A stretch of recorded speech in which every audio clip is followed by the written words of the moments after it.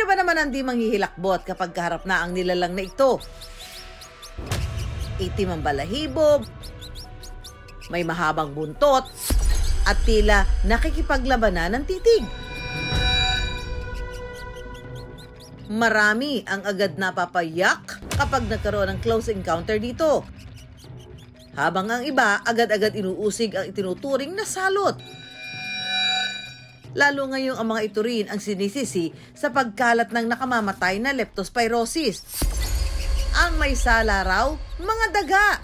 Ang daga po ay kabilang sa mga mammals. Nasa pamilyang Rodentia o tinatawag na rodents. Dahil ang daga po ay mataas ang immunity nila para sa sakit na leptospirosis. Kaya sa ihi po sila nakukuha dahil mismong sa kidney ng mga daga sila nagmumultiply.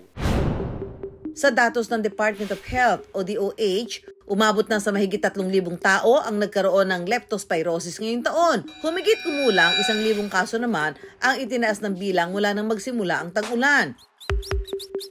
Dahil ang mga daga, alam naman natin na sila ay nakatira sa mga estero, basurahan at saka sa mga ilalim ng drainage ng ating urban areas. Kaya nga, pag bumaha, nandun ang mga daga, nandun silang umihi sa tubig baha. Pero kung tutuusin, tayo rin ang may kasalanan kung bakit tayo madalas ngayong binabaha at napepeste ng mga daga. Pero kung may mga dagang pinangingilagan, meron din naman sadyang hinahanap. Kung marami ang dinadaga ang dibdib sa tuwing makakakita ng daga, ang kahuwander nating si Rosel na tubong San Fernando, Bukidnon, hindi kumakabog ang dibdib, kundi tila nagsisimula ng kumalamang sikmura.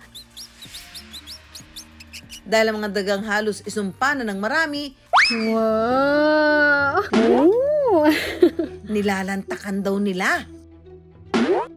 Pero kalma lang mga ka-wonder, huwag magpanik, it's organic. Dahil lang say ni Rosel, iba naman daw ang ambo o dagang bukid na nakasanayan na nilang kainin sa kinatatakutan at pinandidirihan nating daga.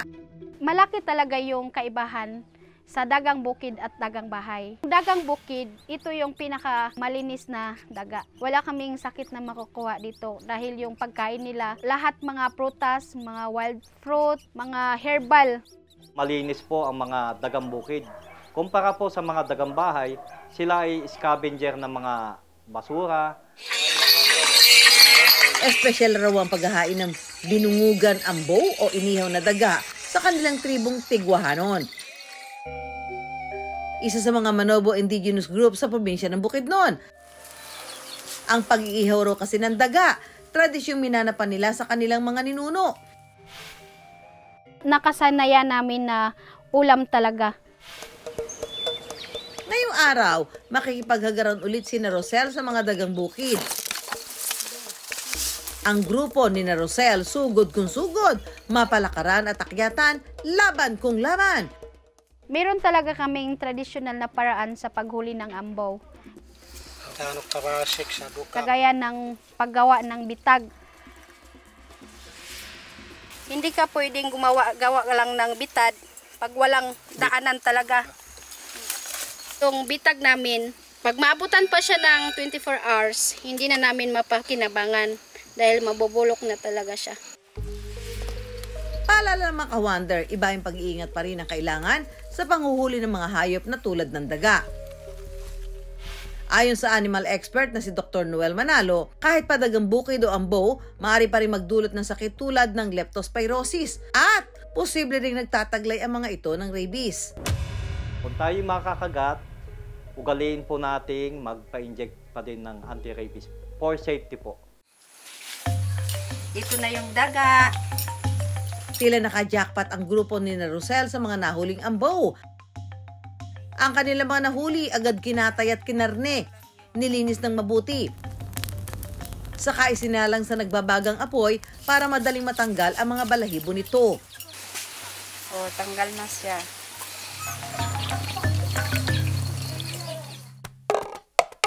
Pagkatapos timplahan ang karne ng daga, muli itong isinalang sa baga na parang inihaw na liempo. Malalaman namin kung maluto niya kasi yung dahon Siyempre, parang masusunog na siya, maliit na lang ang matitira. Yun na talaga, mabango na siya, yun luto na.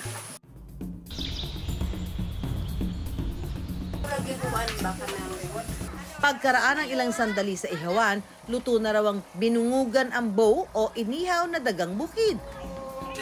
Sa kanilang kultura raw, ang pinakamatanda sa tribo ang maghihiwa at magpapamahagi ng mga parte ng ambow.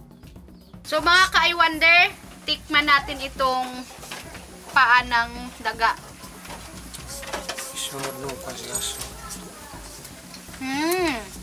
Masarap talaga. Lalo na kapag sa daon talaga niluluto yung ambow, masarap. Subuan ko itong pamangkin ko ng buto ng ambow. Kasi ito yung pinakamasarap na part ng ambow, yung buto talaga ng ambow. Masasabi po natin na ang dagang bukid ay hindi po sa lahat ng pagkakataon ay ligtas pong kainin.